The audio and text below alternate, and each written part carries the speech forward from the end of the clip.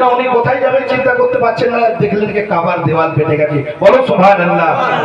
আহা, কাবা আমরা জানি পবিত্র ঘর, কিন্তু সেখানে এটা আমরা জানি আমাদের কোন মা যখন বাচ্চা প্রসব করে বলে 41 দিন নাপাক থাকে, কিন্তু তাহলে নামাজ চলবে না, তাওয়াফ চলবে না, হজ তো দূরের কথা।